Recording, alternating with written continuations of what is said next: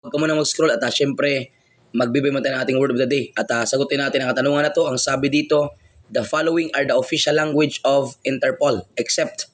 Yan, so ang pinag-usapan natin dito is, ano ba yung official language ni Interpol? Pero bago yan, tandaan natin ang yung ating Interpol, ang tandaan natin dyan is ICPO, International Criminal Police Organization. And syempre yung ating Interpol ay meron na po siyang 196 member countries. Dati kasi 195 yan, pero last year, nasali na po yung Republic of Palau, naging 196 member countries na po siya, which is yung kanilang current headquarters ay located naman sa Lyon, France natin. Okay?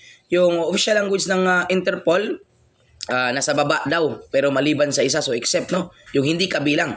So letter A is Spanish, Arabic, letter B French, letter C Chinese, letter D English. Saan ba dyan yung hindi official language or hindi kasali sa official language ng Interpol?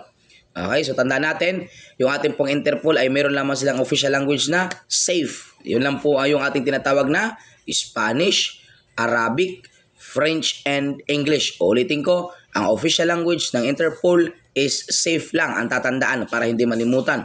We have the so-called Spanish, Arabic, French, tsaka English. So the correct answer natin dyan is walang iba kundi yung Charlie, Chinese. Bakit? Saan po ba kabilang yung Chinese as official language?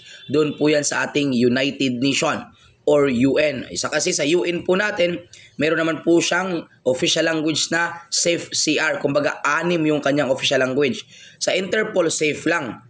Pero pagdating sa UN, dinagdagan ng 2, that is nagiging safe CR. Kung sa Interpol, we have Spanish, Arabic, French, tsaka English. Pagdating naman sa UN, dagdagan natin ng 2, dinagdag lang yung C tsaka R. That is called Chinese tsaka yung Russian. Yan. So, sana nakatulong sa inyo. At syempre, ito pa din ang inyong lingkod, your Mr. Word of the Day, Emmanuel Damasio Schumann, Bilay sa Brakalos at CBRC National Tour and a registered criminologist. Nagsasabi sa inyo na para pumasa sa board examination, kailangan natin ng baso siya at tsamba. Baso siya, basa, sulat, and share sa ng tsamba, tiyaga, sipag at manalangin bawat araw. Thank you so much. God bless you all.